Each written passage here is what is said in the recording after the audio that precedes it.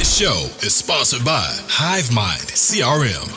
It is more than just a CRM. It is a real estate and business mastermind that comes with an all-in-one CRM. You can have unlimited websites and users. You can call, text, RVM, and email all in one user interface. And you can set up custom automations for any type and multiple businesses. 65% of companies start using a CRM system within the first 5 years of business. Once implemented, the HiveMind will save you on marketing, give you more time, and make more money.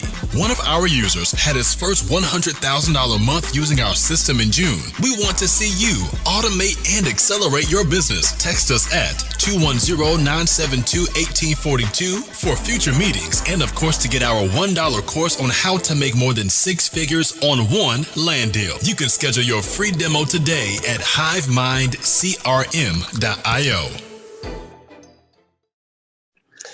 So we've still been doing the same thing. Lots of deals in the pipeline, lots of stuff we're locking up, lots of stuff we're looking at. So congrats to everybody that's been submitting deals. Yeah, we're really cooking now. Things are starting to move. I'm seeing a lot of buyers coming back sellers coming back after months and months of first contact. So I know you reach out, you get a hold of people, and then you get frustrated because you're like, man, they ghosted me. The guy wants way too much. And of course, when you're trying to get a deal, especially when there's a lot of profit involved, you get emotionally attached. So when a seller ghosts you, you're like, dang it, that was going to be a big deal. But if their price is crazy, all your job is to make contact, make a friend, and say, I'll revisit you in the future. So we had one in April that we talked to, and they wanted a bit higher price than we were willing to pay. We had a quick arm wrestling match, and we said, no, we're going to go ahead and we'll let you know something. And they said, finally, we thought we agreed on a price because we made them a lower offer. And then right before they accepted it, they said, you know what, we're just going to hang on to it. Right. So it seemed like a big letdown. But now come, I don't know what this is, 6 months later or something, 7 months later, we got that random text message. Are you still interested in the property? So that's kind of the dream scenario is for you to have the sellers come back asking for you to help, because that means they've been trying to work that property for 6 or 7 months and they haven't been able to move it. Right. So that puts you in the driver's seat to say, hey, I can still help get this done, but now we're going to do it on my terms. Right. And the market's not as hot as it was when we talked 6 months ago. So now the price is going to change a little bit. So cool conversations to have, cool positioning. I think Daniel and myself can cover positioning tonight, but that's what I wanted to talk about. If you're trying to move these types of deals, you're thinking in terms of like, well, I need to have, right now we're working on one. We're trying to make $6 to $7 million on it. The earnest money deposit, $650,000. Right. So if you're on this call and you're thinking, well, I don't have $650,000 to put down to even take an attempt at a deal like that. But being in this group, you do have access to that type of capital. But you don't even need that much capital on most of these deals, because what are we really doing here? We're tying up multi-million-dollar properties with a sheet of paper. Right. So to me, that's a modern day gold rush. Is when you can tie up a property that's worth $1 million, $2 million, $3 million with a 3-cent sheet of paper, right? And that's exactly what we're doing here. So if the seller's not ready to sell, like I said, make a friend, keep them in your pipeline, keep them close, make sure your machine is automatically following up with them, because 6 months from now, a year from now, you're going to have talked to hundreds, possibly thousands of sellers, and it's pretty easy to lose track of all this stuff. So I just kind of want to talk about that today. The sellers will come back if you're doing the work, making the contacts, staying in front of them. And yeah, like I said, possibly you could tie up something very, very large with a lot of upside for little to no money out of pocket. And if you do happen to need to dig into your pocket, well, you got us. You got this group. Anything you want to cover, Daniel? Yes, I do want to cover something. So I want to start off with like me and Anthony talk about we did a co-recording about like positioning yourselves to win. And I think a lot of people here, they feel like they're doing all the right things, but nothing isn't happening. So I want to tell you a story of my first deal, because it took me 7 months to get my first deal. And I feel like it wasn't lack of trying. I feel like it was like a lack of doing the necessary things. Like I wanted my first deal to get going, but I wasn't doing the necessary things to succeed. So I had another business at the time before I actually got full-time into real estate, but I didn't devote enough resources. And I think a lot of people, they struggle with like, what do you really do to succeed? And a lot of it is your lead flow. A lot of people struggle with lead flow. Like what does it actually take to get a seller on the phone and motivate a seller on the phone? How many follow-ups does it take to convert that seller into a contract? Like what is the actual work that's going to produce a lead and a deal? Is this going to pay me? So one of the things I struggled early on with, I thought I was doing a lot of good things, and it wasn't really my style. I mean, I locked up probably 3-4 properties. I probably went to too many seller appointments than I should have, person to person with unmotivated sellers. I didn't vet them properly. I maybe didn't have that conversation up front of what we're actually going to do. One of the deals that fell through on my side, they had an underlying lien that it blew up the deal right at the closing table. And mind you, I evicted the tenant, trashed out the property, took it to closing, and then the deal blew up because the title company didn't do a title search, and it blew up the deal. So like, there's a lot of things that I could have asked that in hindsight that could have made the deal go smoother. But there's a lot of things that you're gonna like waste a lot of time doing certain things that you think are worth the time, but maybe not be for you. So I think a lot of people struggle with this. Like Anthony, we did a call earlier today, me and Anthony, and he was talking about like he doesn't like having appointments on him because he needs to be flexible with these sellers, because sometimes sellers. What did the seller ask you today, Anthony, or you have to do later this week? If I could pick her up and take her to go look at a property. So I talked to a seller today. She said that she said, what if I put down $20,000? So I gave her some numbers. This is a really, really old lady. I mean, I could hardly understand her. I want to guess she's probably like 90. And she's speaking Spanish. And she said, what if I put down 20,000? I said, yeah, that's about what average of, the down payment that we're looking for. And she was like, how much is the payment? How much is the interest? I gave her the payment. She's like, what can I do to bring the payment down? And I said, well, the payment's the payment. I can't help you with that. I said, you can put more down if you want. And she was like, okay. What if I put down 40? I was like, I redid the math. And I'm like, okay, here's your payment. She goes, what if I put down 50? And I gave her another payment. And she goes, what if I put down 70? And I was like, how much money do you have? Like, exactly what are you trying to accomplish? And she's like, I want to move my kids onto some property, and I want them to be able to build a house or bring on a mobile home. So I want something that's unrestricted, and I want us all to live on the same property.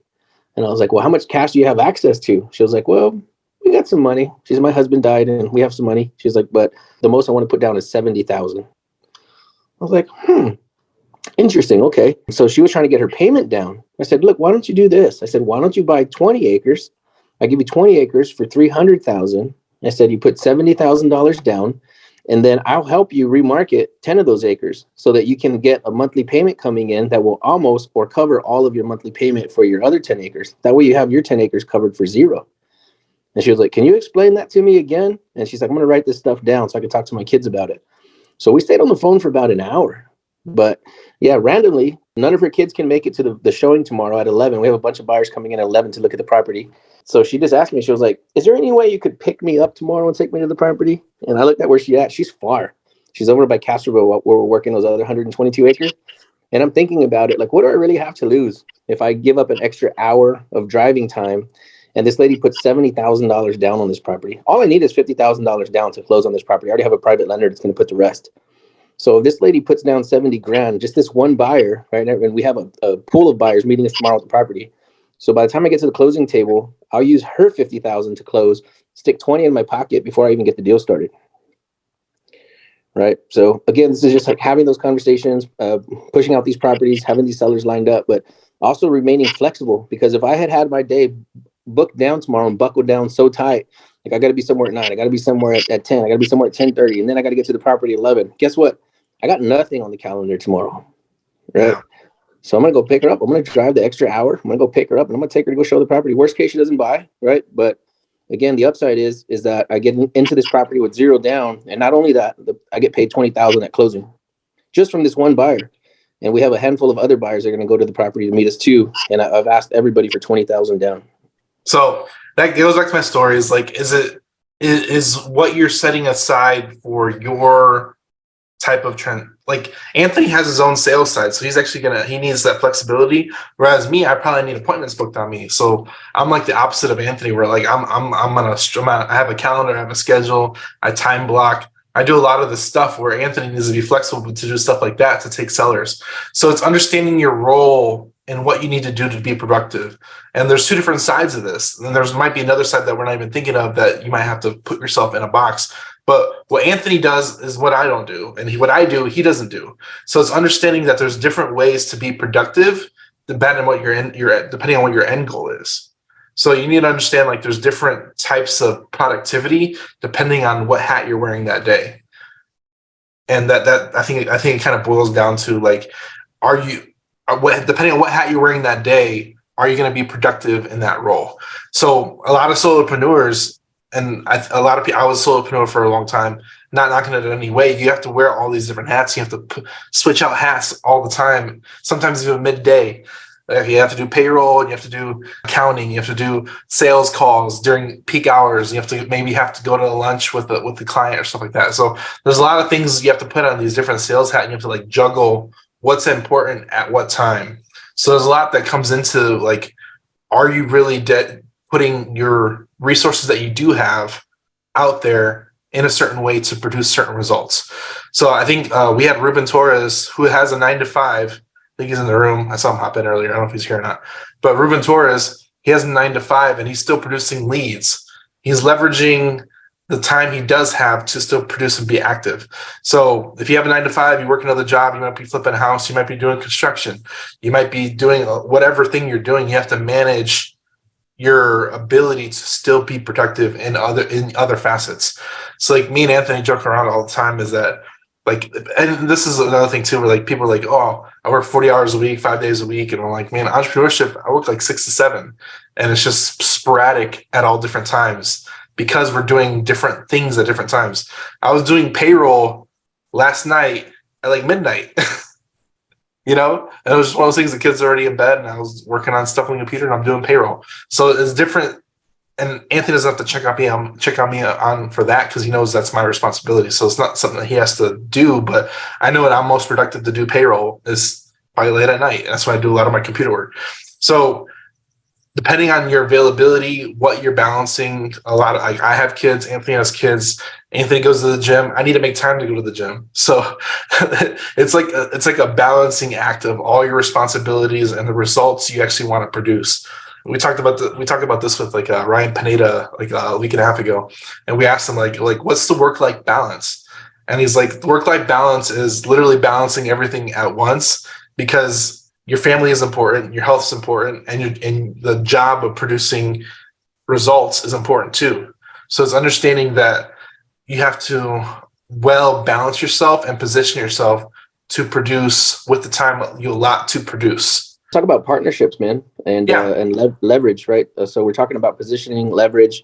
So a lot of people ask us, right? Just recently, somebody asked us, as they said, we were presenting for a group last night that has 40,000 members, and somebody in the comments asked, "What's in it for you guys? Like, why are y'all teaching us this?" Right? Why in the heck are we on here teaching everybody in this room what we know for a minimal amount of cash? And it's about leveraging other people's time and energy. Right. So we know what to do, but we only have so many hours in a day. Right. And then also like JVing deals, splitting deals. Like if we did one deal a month or one deal every other month for the rest of our lives, like we're sitting okay. Like we're doing pretty damn good. I'm a little micro guru status based on the numbers that we can pull with a one deal a month or one deal every other month. But our intention is to leverage our time and energy so that we can do a deal with everybody in this room. And what if we did 2 with everybody in this room, or 5 or 10 or 50? Right. Can you see how the numbers get exponential? So if you're trying to do everything yourself, if you're trying to wear all the hats, I mean, there's a time for that, right? But if you're not out there telling people what you're doing, getting people interested in what you're doing doing a lot of work that you don't have to, right? And I think this is something that I think about a lot is I know there's somebody in this room right now that's doing everything. They're doing all their own marketing. They're stuffing all their own envelopes. They're combing through all of their own text messages. They're skipping all of their own data, and you're doing whatever you have to do, right? But if you're doing 20 different jobs, when all it takes is for you to just post on Facebook and say, hey, I'm trying to start investing in multi-million-dollar lots and I need somebody to help me. If you don't have cash to invest, if you have a couple of hours to invest, I would like to chat with you. And bam, now there's 2 of you. So here's the crazy thing. So me and Anthony, we're partners, right? We both do 2 different things. But check this out. We also have help on our side to do what we have. So I have employees, Anthony has employees. But we also have family. Anthony, what does your family do for you in your business? And I'll answer my side. This is funny. Everything really. So I have a uncle that he's like my labor force. I have a gentleman that's been living rent free on one of my commercial properties for like 2.5 years. He's never given me a dime. And he is my labor force as well. So he'll move furniture, cut grass, do whatever we have to do, like physical stuff with his truck. And then my sister's my main admin. So she runs paperwork. She's on all my accounts. She signs checks.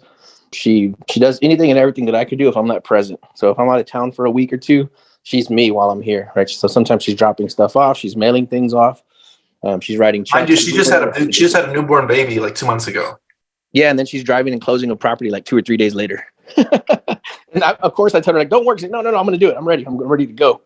So she's a beast. She's been by my side for probably 6 or 7 years. She comes from corporate at Burlington Coat Factory in Ross. But yeah, she's just a workhorse. But she's my stunt double. So now there's two of me that can go out and do any activity that I could do on my own. And then my wife, of course, she's a stay-at-home mom. She probably has a harder job than all of us, and she's taking care of the kids all day. But she'll sit around and she'll do contracts. She went and mailed some stuff today, and she went and mailed some HiveMind gear. So it's like the people around me are providing the best support system that I have. And I think that's what allows me to cover a lot of ground. People ask me too all the time is like, how can you possibly do all the stuff that you're doing? But if it was just me, I'd probably die. I'd probably die like of a stroke or a heart attack or something. But I have an amazing support system around me that I've been able to leverage. And I don't know how else I would do everything I do without them. All right, so that's his side.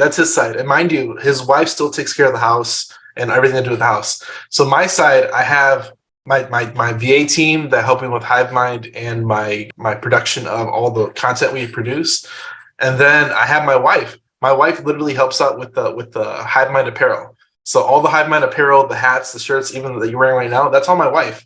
So like there's a lot that goes into what we do that's behind the scenes, that's not front end, that's still passed off even to other people to help us get the results we want. So like when a lot of people look at us, like we're running pretty small between Anthony and I, but there's a lot of outside resources that are just helping out. They're helping out. They see the mission, they understand what we're building, and they're helping out in any way they can. So there's a lot of like, and this is like where me and Anthony and our families literally are helping build the HiveMind. Our families are. I mean, like Anthony's wife, his sister, my wife, and I'm hoping to bring in my brothers into this soon as we get bigger. But it's one of those things where like we're finding any help we can get to help contribute to the machine, because it's a heavy load to bear, and there's so much needs to get done. I tell people all the time, like oh, so what do you do for work? I'm like, I do everything. I literally do everything. Like I hand off responsibility, but if I have a person in place that can do it, they do it. But if there's no one there to do it, I'm there doing it. And it's I told my main VA, I was like, I have to know more than you, and I know more than you in the system. It's not that I can't do it; it's I need you to do it because I have so many other things going on. And this is where like we did a podcast with Chad Doherty today, and we produced like 300 episodes of the podcast. We're about to hit 300 episodes, and we've done weekly calls for a year and a half now. Like a lot, there's so much time allotted and put into you guys as a whole, into you to put you towards the mission and to put you on and understand what you're doing, because there's a grander goal ahead of us, you know. So we have to allocate time to put into this call right here. So I was talking to before you guys hopped in here, I was talking to my wife. My wife's like, what are you doing? I'm like, I have a call right now. She's like, why do you have a call right now? I'm like, I have a call every Tuesday around this time. She's like, why every Tuesday? I'm like, I don't know. It's just, I'm here, you know? So it's one of those things, like we laugh about it, but like, it's an odd an hour. It's 9 p.m. on the East Coast. It's 8 p.m. where Anthony is at, and it's 6 p.m. where I'm at. But we're all here together right now, here, understanding the mission and putting forth effort. So like, who's on our real estate team, Anthony? As far as acquisitions and dispo, our main people is Jasmine. She's the one that fields the CRM 24/7.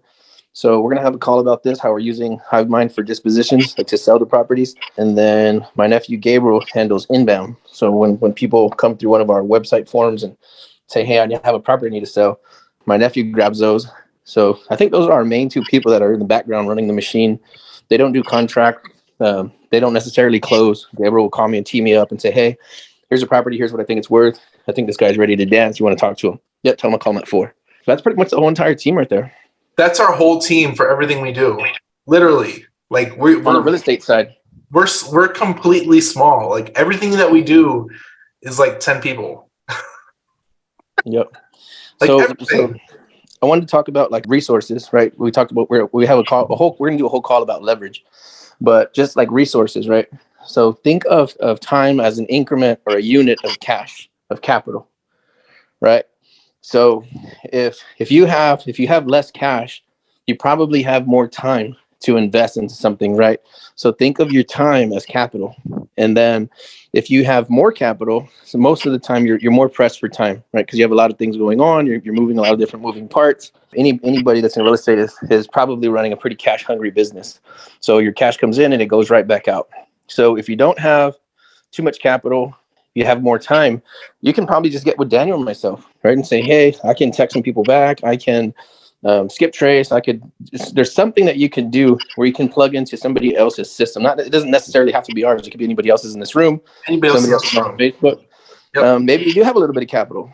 Maybe you say, hey, I can put aside $250 a month or $500 a month to try to generate some activity with you guys, right? So if you think about how do you spend your own time and energy and your own time and capital, but also, again, leveraging the time and capital of people that are already in your network. And it's not like you're taking something from them that they're not willing to give. But if you say, hey, I'm trying to freaking take down $1 million deal.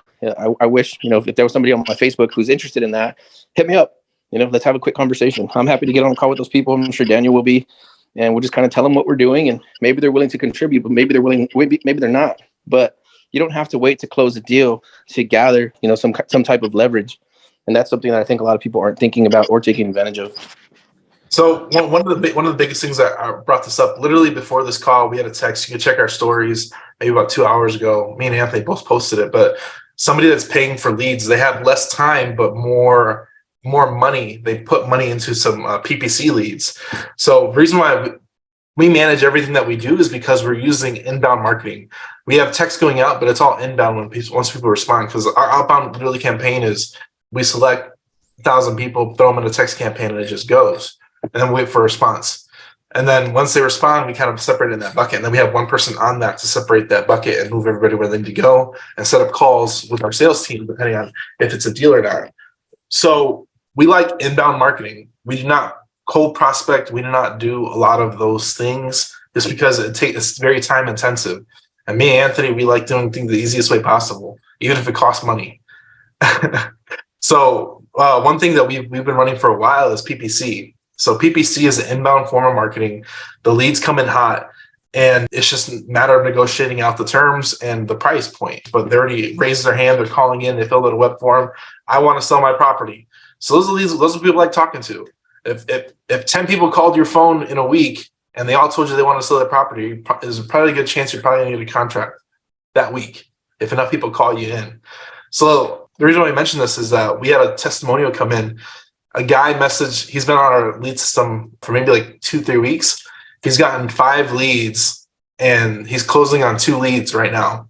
One was a deal that the owner literally giving away for $500 that he's closing on. And then another one was 29 acres in Bastrop. Out of 5 leads that came in, he got 2 contracts, which is crazy. I think it's the best KPIs I've heard to date. It's even better than us. We closed one from PPC. We just recently closed it. It was 80,000 profit. We're going to post the HUDs up. And then we have one that's supposed to close on December 23rd. That should be like 290,000 profit. And we had 0 into both of those deals. So that's the power of inbound marketing. I wanted to move on now to Mr. PJ that's on here. And I want him to talk a little bit about a deal that he's been working for a few months and how things have been progressing on his side. So do you want to give a little recap, PJ, about how you found the deal and then maybe the 5 seconds on what we talked to the agent about and then how things are going on your end now? Yeah, absolutely, man. Thanks for giving me the floor. What's up, everyone? So originally this deal came to us. We were looking, me and my partners Jake and Ian, we're looking at on-market listings. And so we found this property. We did the comps in the area, figured it was a good deal, and got the motivation behind the condition and everything. we got on the phone, me and Anthony with the realtor. She pretty much gave us possession of the property, saying that if you guys, I'll let you guys bring in buyers and market it you guys yourself if you guys intend on buying the property in the end. And so from there, after we got the agent's permission, I started running a ghost ad on Facebook Marketplace in that area, saying, hey, who would buy tracts of 40 acres plus in this area? It has X, Y, and Z. And just waited in for those potential buyers. And so after boosting it a few times, after a few months of doing that, now we got an open house coming up this Saturday that we set up with the realtor. She's all cool with it. And we definitely have 4 very motivated people that I had from the beginning. I had them written down earlier on my list, and they returned and they said that they're ready and they're serious. They want to see the property. We got 3 more that said they're interested and they want to go to the open house as well.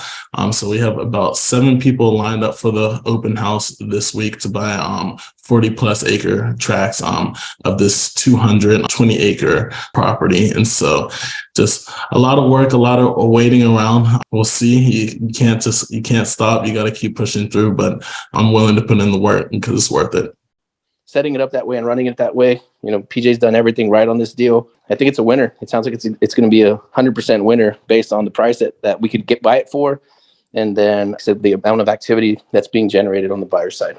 Sweet. I wouldn't have been able to do it without you guys. This group, it means so much. Like, it means a lot. And so I encourage everyone that's hearing this. Like, I'm a man. I come from poverty, from the hood, man, and I'm doing this so that I can show my family and my people back home that anyone can do this. Any one of you guys can do this as well if you just stick to it and persevere.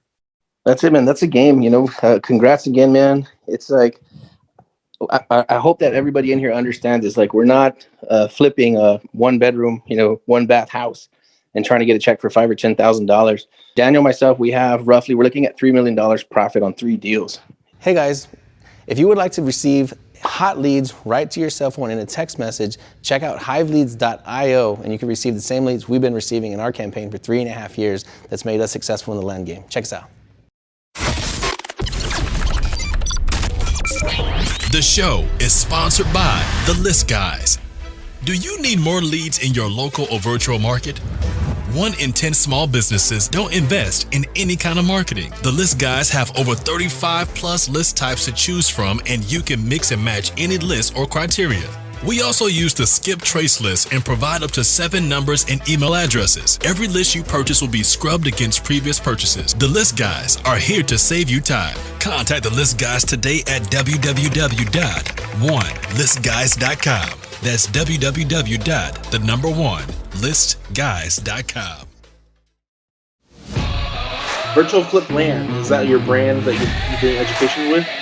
Yes, that's the one. Okay. I always like starting off with, like, how'd you end up in real estate? Because me, I kind of fell into it. Like, what's your story? Like,